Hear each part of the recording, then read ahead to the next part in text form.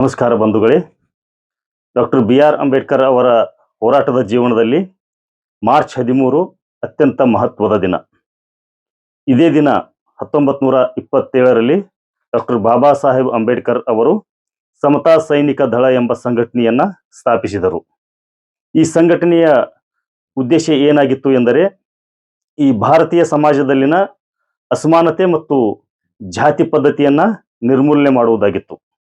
ಶೋಷಿತ ವರ್ಗಗಳಿಗೆ ಸಾಮಾಜಿಕ ನ್ಯಾಯವನ್ನು ಒದಗಿಸುವುದು ಮತ್ತು ಈ ಸಂಘಟನೆಯ ಮೂಲ ತತ್ವಗಳನ್ನು ನಾವು ನೋಡುವುದಾದರೆ, ಬಾಬಾ ಸಾಹೇಬರು ಈ ಸಮತಾ ಸೈನಿಕ ದಳವನ್ನ ಕೇವಲ ಒಂದು ಸಂಘಟನೆಯನ್ನಾಗಿ ಮಾಡದೆ ಅದಕ್ಕೊಂದು ಶಿಸ್ತುಬದ್ಧ ಸೈನ್ಯದ ರೂಪವನ್ನ ನೀಡಿದ್ದರು.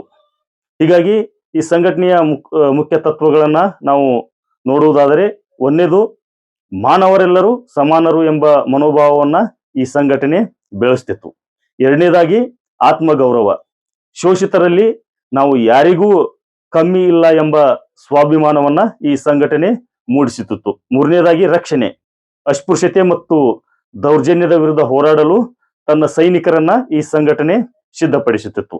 ಹೀಗಾಗಿ ಈ ತತ್ವಗಳ ಜೊತೆಗೆ ಸಮತಾ ಸೈನಿಕ ದಳವು ಅನೇಕ ತರಬೇತಿಗಳನ್ನು ಸಹ ನೀಡುತ್ತಿತ್ತು.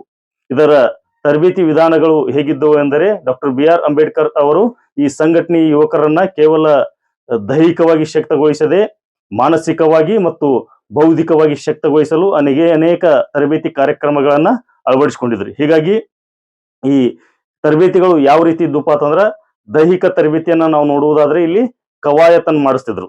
ಡ್ರಿಲ್ ಮಾಡುವ ಮೂಲಕ ದೈಹಿಕ ಶಿಸ್ತನ್ನ ತನ್ನ ಸಮತಾ ಸೈನಿಕ ದಳದ ಕಾರ್ಯಕರ್ತರಲ್ಲಿ ಮೂಡಿಸ್ತಿದ್ರು. ಅದ್ರ ಜೊತೆಗೆ ಬೌದ್ಧಿಕ ತರಬೇತಿಗಳನ್ನ ನಡೆಸ್ತಿದ್ರು. ಉಪನ್ಯಾಸಗಳನ್ನ ಮಾಡುವುದರ ಮೂಲಕ, ಸಂವಾದಗಳನ್ನ ಏರ್ಪಡಿಸುವುದರ ಮೂಲಕ, ಗ್ರಂಥಾಲಯಗಳಲ್ಲಿ ಹೋಗಿ ಚರ್ಚೆ ಮಾಡುವುದರ ಮೂಲಕ ಸಮಾಜ ಮತ್ತು ರಾಜಕೀಯದ ಅರಿವನ್ನ ಮೂಡಿಸುವುದು ಈ ಸಂಘಟನೆಯ ಮುಖ್ಯ ಗುರಿಯಾಗಿತ್ತು.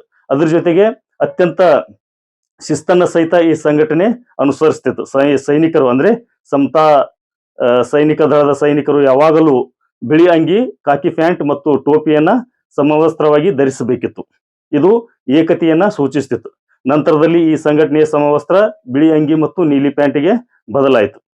ಅದರ ಜೊತೆಗೆ ಈ ಸಂಘಟನೆ ಅತ್ಯಂತ ಪ್ರಮುಖ ಪಾತ್ರವನ್ನು ಯಾವಾಗ ವಹಿಸ್ತಾ ಅಂತಂದ್ರ, ಈ ಮಹಾಡ್ ಕೆರೆಯ ಸತ್ಯಾಗ್ರಹ ಹೋರಾಟದಲ್ಲಿ. ಮಹಾಡ್ 1927ರಲ್ಲಿ ಏನು ಮಹಾಡ್ನ ಚೌಡಾರ್ ಕೆರೆ ಸತ್ಯಾಗ್ರಹ ಪ್ರಾರಂಭವಾಗೈತಲ್ಲ, ಆ ಸಂದರ್ಭದಲ್ಲಿ ಈ ದಳದ ಪಾತ್ರ ಅತ್ಯಂತ ಮಹತ್ವದಾಗಿತ್ತು. ಸತ್ಯಾಗ್ರಹಿಗಳಿಗೆ ರಕ್ಷಣೆ ನೀಡಿದ್ದು ಇದೇ ಸಮತಾ ಸೈನಿಕ ದಳ. ಅದ್ರ ಜೊತೆಗೆ ಮನುಸ್ಮೃತಿಯನ್ನ ದಹನ ಮಾಡುವಂತಹ ಒಂದು ಕಾರ್ಯಕ್ರಮದಲ್ಲಿಯೂ ಸಹಿತ ಈ ದಳ ಅತ್ಯಂತ ಮಹತ್ವದ ಪಾತ್ರವನ್ನು ಹೊಂದಿತ್ತು. ಸಮಾಜದಲ್ಲಿ ಅಸಮಾನತೆಯನ್ನು ಸಾರುವ ಈ ಮನುಸ್ಮೃತಿ ಗ್ರಂಥವನ್ನ ಸುಡುವಂತಹ ಒಂದು ಕಾರ್ಯಕ್ರಮ ಇತ್ತಲ್ಲ, ಆ ಕಾರ್ಯಕ್ರಮವನ್ನು ಸಹಿತ ಸಮತಾ ಸೈನಿಕ ದಳದ ನೇತೃತ್ವದಲ್ಲಿ ಮಾಡಲಾಯಿತು. ಹೀಗಾಗಿ ಈ ಸಂಘಟನೆ ತನ್ನದೇ ಆದಂತ ಒಂದು ಪ್ರತಿಜ್ಞೆಯನ್ನು ಹೊಂದಿತ್ತು.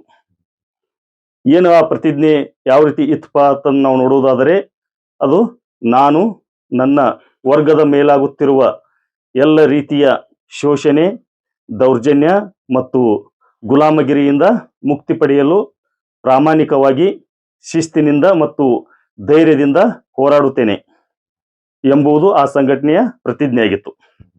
ಹೀಗಾಗಿ ಬಾಬಾ ಸಾಹೇಬರು ಎಲ್ಲರೂ ಸಂಘಟಿತರಾಗಿ ಎಂದು ಯಾವಾಗಲೂ ಹೇಳುತ್ತಿದ್ದರು. ಅದರರ್ಥ ಕೇವಲ ಗುಂಪು ಸೇರುವುದಲ್ಲ, ಸಮುದಾಯದ ಹಿತಕ್ಕಾಗಿ ಒಂದಾಗುವುದು.